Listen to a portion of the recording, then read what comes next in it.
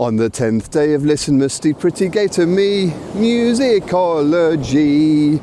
Merry LISTENMAS and a happy new year, everyone. It's day 10. We're nearing the end of my 12 days of LISTENMAS series, helping you to listen like a musician. And today I want to talk to you about this idea that music is a universal language. It's a very seductive idea, the idea that musicians can communicate across borders, across cultures, because we all speak the same language. But for me, it's just not quite true. There are certain things that do seem to be pretty universal. All cultures on earth do make music in some form or other, but the way they think about that music varies extremely widely. The octave does seem to be quite universal, the octave, ma, ba, that is somewhat universal, I think, but what isn't universal is the way we divide that up.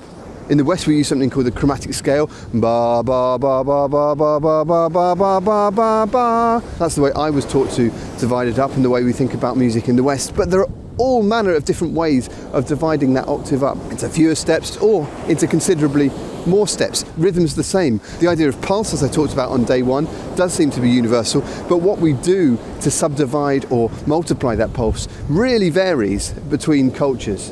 And that, for me, is tremendously exciting because the more I learn about music, the more I realise how much there is to learn. There's an unlimited amount of things to learn because everyone thinks about music slightly differently. We might think of this idea of music theory as telling you the rules for how to do music, but I think whilst music theory is incredibly important and very useful as a musician to know, it is descriptive. It describes what music does, not what it must do. And music theory differs vastly across different cultures. So if you think, oh, I don't know anything about music theory, I would argue no one knows everything about music theory. There is no universal music theory.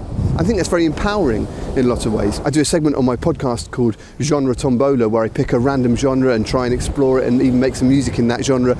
And that is because I want to learn. I'm passionate about learning about the different ways that music is made, because it is endlessly fascinating and enjoyable to do so. And the more I learn, the more I understand that music is very culturally specific, and far from that being a shame, that is actually enormously liberating as a musician and as a human being, because it shows us our differences and our commonalities. Music theory is a very useful tool for describing how music works under specific cultural conditions, but it is not universal in the way that it's sometimes claimed. So go forth and listen in a more liberated way.